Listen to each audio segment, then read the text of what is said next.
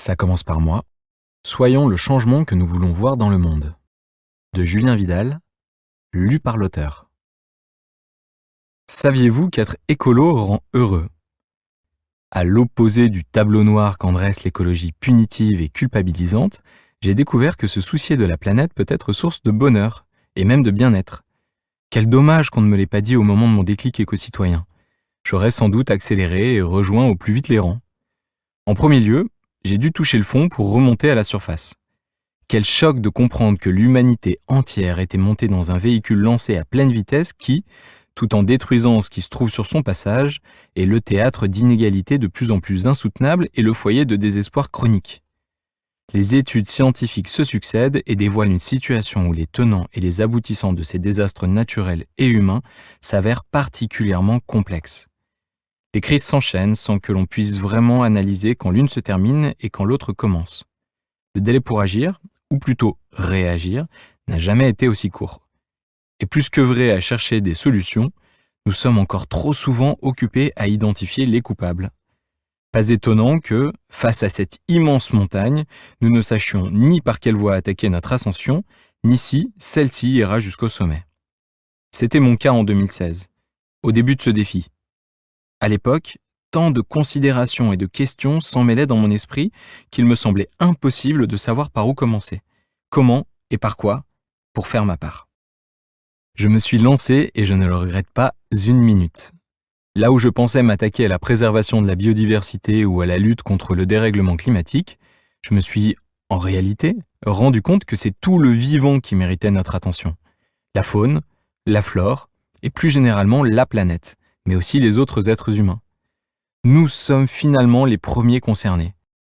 Et paradoxalement, plus le champ d'action s'élargissait et semblait se complexifier, et plus la réponse se simplifiait. Car tout est interconnecté, à un point tel qu'il est assez clair que chacun d'entre nous, au quotidien, a un énorme rôle à jouer. Nous sommes les aventuriers d'un monde fini, il nous faut apprendre à protéger, partager et optimiser nos ressources.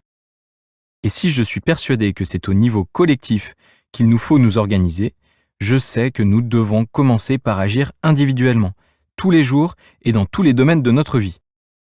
L'un ne va pas sans l'autre. Il faut organiser sa propre révolution avant de trouver sa place dans un mouvement général qui nous dépasse.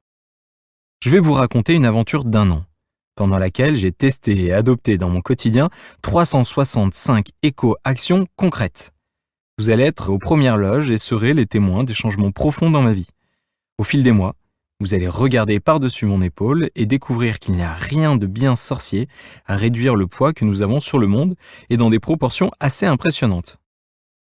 Une quantité incroyable de solutions existent déjà et sont à la portée de tous. Car oui, construire un monde meilleur, chacun peut y participer dès aujourd'hui, quelles que soient ses connaissances, ses disponibilités et ses moyens. Loin des débats théoriques et des affrontements idéologiques, j'ai opté pour une philosophie de l'apprentissage permanent. Une stratégie de petits pas.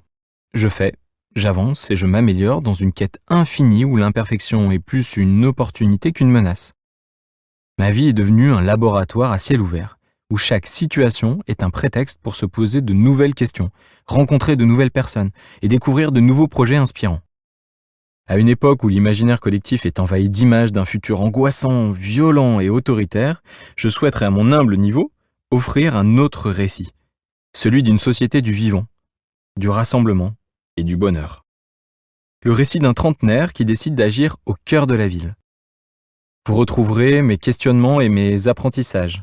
Ce ne sont pas des vérités universelles, mais elles permettront, je l'espère, d'accélérer le changement éco-citoyen. Ceux qui débutent y trouveront des raccourcis pour progresser plus rapidement.